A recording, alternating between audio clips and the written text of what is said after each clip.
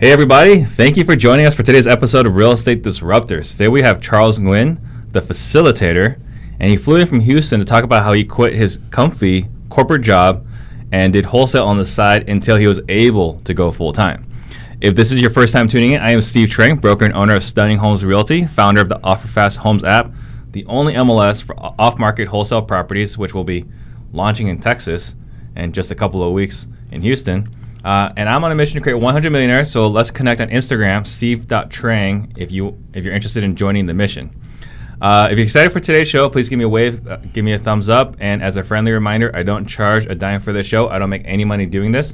So here's all I ask. This is what it costs for you guys to listen to this show. I am trying to get some really stupid, big names on the show, and I've been told by a consultant I need to get 500 five-star reviews in iTunes in order to make that happen. So please do me a favor, when you can, go to iTunes, subscribe, give a 5-star review so that I can help get some even bigger names on the show. And if you could write a review, what you like on the show, that's even better. And this is a live show, so please post your questions for Charles to answer. You ready? Yep, let's drop some value. All right, that sounds good. So first question is, what got you into real estate? So what got me into real estate? It's time.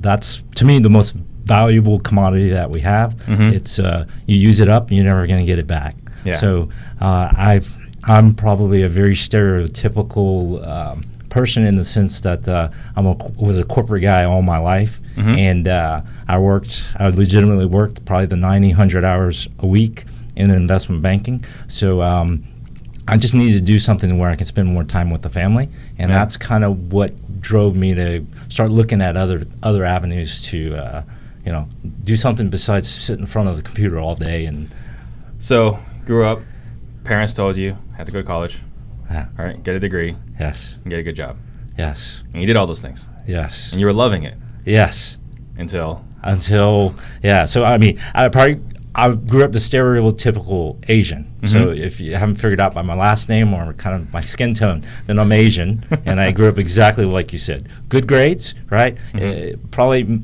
I'm guessing similar to you. If I came home with 100, my dad would probably say, well, what's wrong? They didn't give extra points? No extra credit? No extra credit, yeah. So then I started, long story short, but getting back to the corporate world, I was working a whole lot, and then I was like, well, I'm spending a lot of time, I enjoy doing it, but I also spend a lot of time building someone else's business, whereas, I know, I look back now, and for sure, I was neglecting kind of my family. I had a wife, I also have 2 kids now, so it's, doing things that were taking me away from all of them. And, So how many kids did you have when you made the conscious decision? I had 2 kids. Okay. Yeah, so I had both of them. So you're working how many hours a week? I was probably, at that time, between 80 to 90 hours a week. Really? Yeah, No. What kind of job is this? So I was a director of IT at a major investment bank. So I pretty much looked after the trading floor for commodities.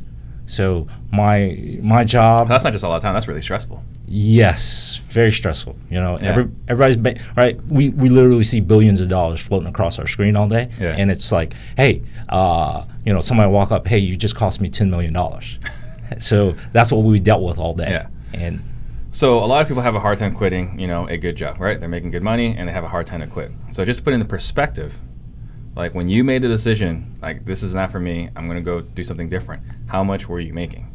So I was well over 6 figures, mm-hmm. probably multiple 6 figures. So it really? Was, yeah. So it's, I made good money. Yeah. And, and I was, most people in Houston who know me and know my personality and profile know I'm a really humble guy. Mm-hmm. Like I really don't, coming on here is kind of even, outside of my comfort zone because I'm not really used to talking about myself, mm-hmm. much less good things. Yeah, that just not my personality. But multiple 6 figures. Yeah. And this is not for me. Yes. Right. Okay. So then you decided real estate. Yes. And then did you immediately go into wholesale, or you're just like, I want to buy some rental properties? Like, what was that journey like? Yeah. So the first thing was I did look at other things. I looked at franchises. I looked at opening other businesses. And then actually someone who worked for me, he actually gave me some advice, right? He's from India, in Asia. And so what he said was his ancestors would tell him, you can't go wrong with buying dirt, which is basically his way of saying, go look at real estate. Right. So then I looked at it and I was like, it makes perfect sense, right? Because, coming from an investment banking arena, it's like, okay, I can't buy stocks at a discount. I can leverage a little bit with margins, but you can't really leverage like you can with real estate. No. And with the tax implications and just appreciation, then it's like real estate made perfect sense. Yeah. Did I start off wanting to be a wholesaler? No way. Actually, it was probably the last thing I would think I wanted to do, because I always wanted to buy and hold real estate. Right. In reality, I first started off with saying, I'm going to go buy apartments, right? Because that was all the rage, and it was just like, for what? What year was this? It was probably 2013. Okay. So I was... Because it's still a rage. Yes. It's been a rage for like 6 years. Yes, it's a big rage. Yeah. So I went through lots of training about apartments, but what kind of stopped me a little bit from going forward with apartments is because it just would take a long time to get a deal. So for me, it's like, okay, if it's going to take me a year to go get a deal, then that kind of doesn't fit my personality in terms of, I come from investment banking, so I'm a bit aggressive when it comes to, Oh, I can't picture you being aggressive. It's almost, in corporate world, I'm almost a different person than I am outside of the corporate world. I'm just a completely different person. I'm mellow, laid back. Right. But when it gets to like go and get stuff done, then it's like interesting. So I got to talk to you like the people that work for you, see how Charles is, the Yes. real Charles is. Yes. So it's funny you mentioned franchising, right? Because I mentioned before was Robert Allen's multiple streams of income. And one thing he talks about there is MLM, which I think is good for a lot of people that are getting started to any kind of industry. But he also talks about franchises. And so I had that when I was at Intel. I was like, this is boring. I can't do this. I was playing poker, right, to make extra money, just for variety. But he talks about franchising. And so I was looking at the franchises, and they all were terrible. Like, you had to have, like, basically everything that was any good was Molly made. Because if you wanted to just do a Jamba Juice, you had to have, like, a proven record of 75 successful franchises and $300,000 in the bank.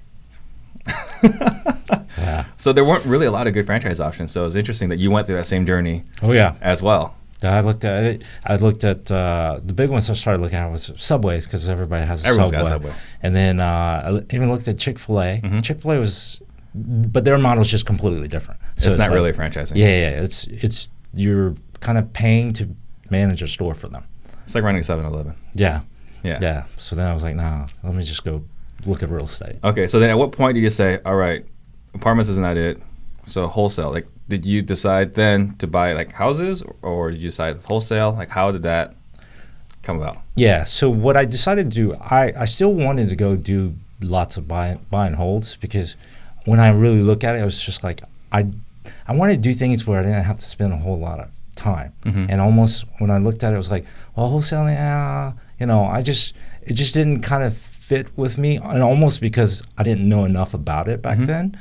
So then what I started doing was just starting to market and learning how to market, and then start building systems, because I'm an IT background, so I build systems and processes. And then it slowly just evolved into, well, I have a wholesaling business, whatever I want to call it. If I'm generating leads and go and get houses under contract, whether I sell it to myself or someone else, then effectively I've got a wholesaling business. Right. So it became where I built an engine, and it's like, well, I can't stop the engine. It just has to keep on going. So what's interesting is you were wholesaling on the side. Yep. But you hired a virtual assistant before you quit. Yes. Like, the traditional avenue is you do wholesale, you got a couple of deals. All right, peace out. I'm quitting this job. I'm going to start my own thing. And then as you ramp up some more, then you hire the assistant. And probably a physical assistant, not even a virtual assistant. Yeah. What happened here? Okay, so for me, it was in the beginning, and I'll probably say I made every mistake that every investor, we talk about, every new investor makes. I probably made every single one. The biggest one for me was I was doing everything myself. I mean, everything. I mean, it was it was fun because it was new, and my personality type, I want to go learn. So I'm going to go try and do everything. Yeah. And also the thing I'm learning even more recently about myself, given all the profiling that I'm looking at and reading about, is my personality is, it's hard for me to delegate. Extremely hard for me to delegate. Really? Yes. My natural tendency would be I'm going to try and do everything myself because it's almost the expert mentality. I can do it better than if I hand it off. But it's the opposite, because you and I were talking about predictive index. Yes. And you had me take it. Yes. And I said the one thing I love to do. Yes. is delegate. Exactly. And because I think our personalities are very similar. Yeah. The kind of the difference, the big differences I see is you're much better at delegating than I am. Lazier. Much lazier. Yeah, or smarter. And also, I think in risk taking, I'm kind of a by the book, kind of risk averse type of person, whereas you might be a little bit more. Is that why you hired the assistant before you quit your job? Yes. Well, and I also hired her because she did 40 hours of work a week while I was still at the corporate job. Wow. So it was, and I'll tell you what happened that made me hire her is because for a long time, every night, right, the kids go to bed at 9. So, that 9 to 2 a.m. time frame, that's when I did real estate. So really? Oh, yeah. And the weekends. So for about 3 days straight, every day the same thing happened. It's, right around 9:30, 10 o'clock, I'm on the computer and I'm thinking, okay, what do I do now? Do I generate a marketing list? Do I submit an offer to somebody I talked to earlier in the day, or do I respond to the title company about what they're asking for? And every day it was the same thing. I was like, by the third day, I was just like, I'm done. I'm just going to hire somebody to take care of all this stuff. So then pretty much the next day I was like, okay, I'm going to go find a service to take care of, to help me find somebody who's going to do 40 hours of work, 40 hours a week of work for me. Yeah. And so then I went through the hiring process, and here's one thing I recommend. For me, I went through a service, and some people say go through Upwork, and nothing wrong with that. For me, it all boiled down to time. The one thing I realized now that I probably didn't even know back then was that if I go with the service, they will take care of a lot of infrastructure things with a virtual assistant that I wouldn't have thought of, like backup internet, backup power, making sure they show up on time, and those types of things. And coaching. Health insurance. Yes, the health card. Yeah. Absolutely. Yeah. So I definitely paid more than what normal people would pay, but because I went through a service, and they took care of all that, and I didn't have to worry about it. I was like, nowadays I'm like, thank goodness. So is she still with you? Yes. Wow. 4 years. Wow. Next month. Okay. As a matter of fact, she's probably not listening right now because she's actually on the way to the U.S. Embassy to try and get her visa. Oh, cool. She's got a flight to Houston next week. But that's awesome. Yeah. So I look forward to meeting her. Yeah. So, if everything goes right at First the side of the story might be a little different. Yeah. So, okay. So then you hired this virtual assistant, and now you're off and running. Well, I guess how many deals were you doing before you decided to hire the virtual assistant? So let me walk back a little bit in terms of what I was doing. I was doing a deal probably every couple of months because, again, I wouldn't say the wrong way, but just when you're talking about when people make mistakes, that's what I did.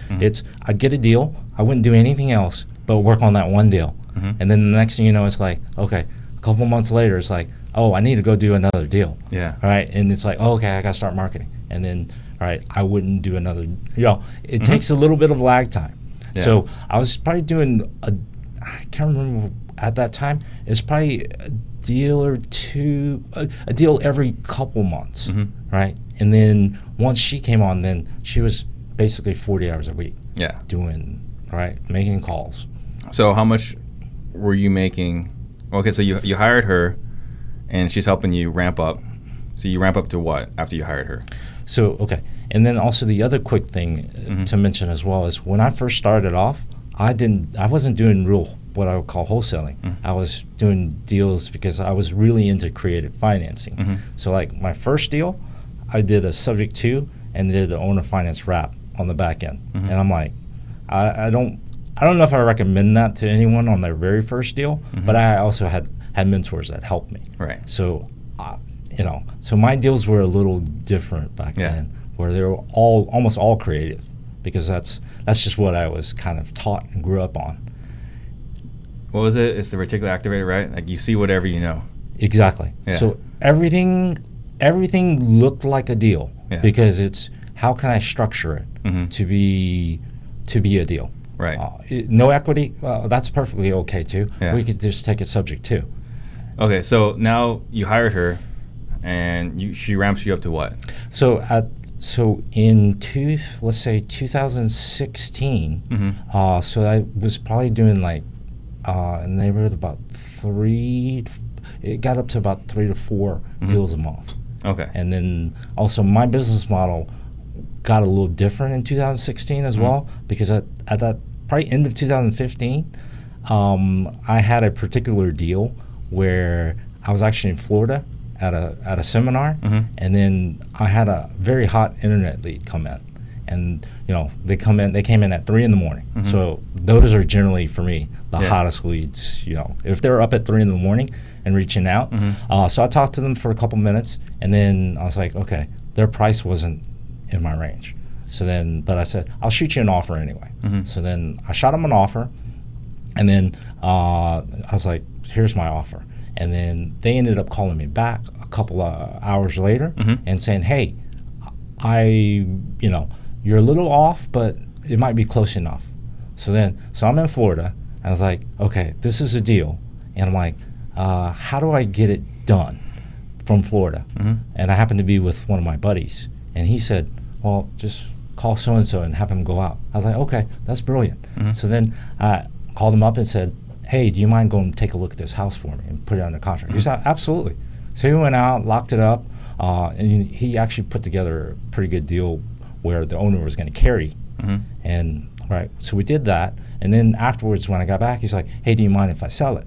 And I'm like, yeah, go ahead. So then he ended up selling it, and I never saw the house. And I ended up, we actually closed and then sold it on MLS. I never talked to the seller. I never talked to the any of the buyers or any of the agents. And then I was like, okay, this is much better than going out to houses. Yeah. So then I started shifting my model to say, hey, I don't really want to go to houses anymore. Let me go focus on what I do really well, which is go generate leads and put in systems and processes. Gotcha. So, because I'm trying to get some lessons, right, for the people that are listening right now that have jobs. Yep. So, what are the big takeaways? So for me, I will tell you, the big takeaway is don't be afraid to get help. So like my very first deal, I will tell you, I went to the house. I had no idea what to say to the seller, even though I kind of knew, but that was my first time really talking to a motivated seller. But I had, at that time, my mentor with me, Ray Sasser. He's OG from Houston. How did you find your mentor while you were working? So I went to a ton of classes. I mean, there were some people who saw me at virtually every class that there was in Houston. So you're working 80 hours a week, and when you're not working, you're going to these things. Yes. Do your kids even know who you were?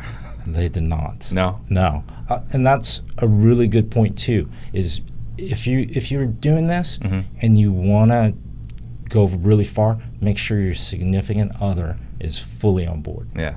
Because that was the first thing I did after I figured out that I wanted to do real estate. Yeah. Because I remember still, like when I was a kid, I think I was like 7, and the second oldest, I have 5 younger brothers, but the second oldest was like, my dad was working his job, going to community college, and then running the restaurant that we opened that was an absolute failure, right? And I remember like my dad would come home and try to pick up my little brother, and he would cry because like, who is this guy? Yeah. Trying to pick me up. Yes. No, absolutely, 100%. I'll tell you just a quick story of what hit for me is after I left corporate America, and because I was never really around, right? Yeah. I mean, honestly, I worked too much. One of the things that really hit me was 2 different instances. One, my daughter, she's the older one.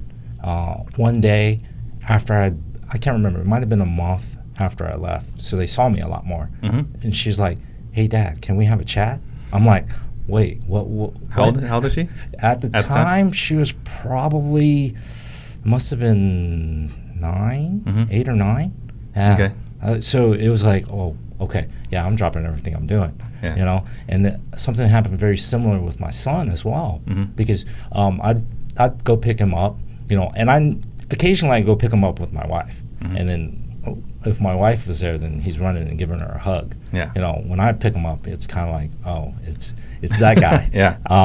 So one day, out of the blue, he came and ran and gave me a hug when I picked him up, and to me, that's why we do what we do, is get time back and create memories like that. Absolutely.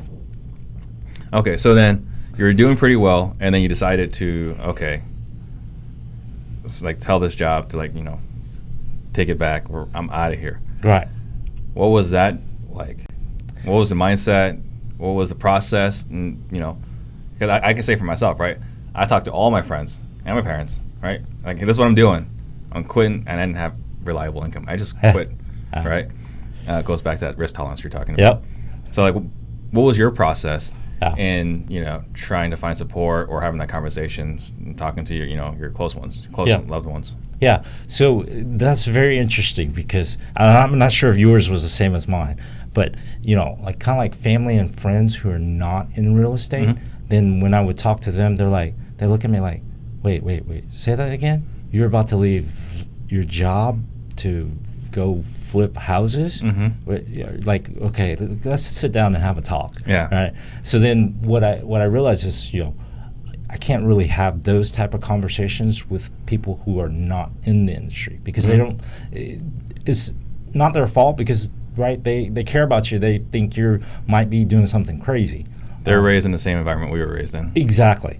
So then, right, what the conversations I would have like that would be with my, right, it's real estate buddies, you know, and it's a different conversation with them, because it's every time I would see them, it's like, hey, when are you quitting your job? Yeah. It's just a completely different conversation. There's a video of Max Maxwell, Scott Oots, and Brian Aregpu, and where they were like, they ambushed him. It's like, when are you quitting your job? And I talked to Brian about that. He's like, I didn't even know the camera was on. It was like a very personal. Oh, wow. Okay, so it was real. It was real, yeah, for sure. Wow. So you talked to your close people that you care about. They said don't do it, which was just like what my friends and family said. And then you talked to other people that said, when are you quitting? Exactly. And that was the impetus you needed. Yes. And then also, and I'll also give credit. I mean, a lot of my business, I grew up on, you know, your last guest, Sean Terry. I mean, I watched a lot of his videos. I grew up on his podcast, as well as I went to one of his events, and Extreme Freedom. Yeah, Extreme Freedom, and I was in his mastermind as well. The boardroom? Yep. Oh, you were in the boardroom? Yeah. Oh, I had no idea. Yeah. And, you know, so I'll give credit, because him and Pat Precourt, between those two, they gave two pieces of advice. One is, and I'll share it with everyone here as well. One is, when you look at what you're making from let's just say, right, on every deal you make $10,000 per deal, then it's how many deals do you really need to do per month to equate to your monthly salary? Or let's not even count monthly salary. Can you pay your bills? Then it's like, okay, if you spent 40 hours a week doing that, how much more can you make? Yeah. So that's one thing they said. And then the other thing, which is almost even more impactful, is, you know, make your decisions based on faith instead of fear. Because, right, you just got to have faith in yourself that you can go make it happen, versus the fear that I'm going to lose all this income that's steady. Right. That's huge. A lot harder to do when you're married with kids. Yes. Right? When I quit, I had full faith and confidence in myself, because I was always kind of irrationally confident. But I didn't have a wife and I didn't have kids. So when I was at Intel, everyone was like, you're so lucky.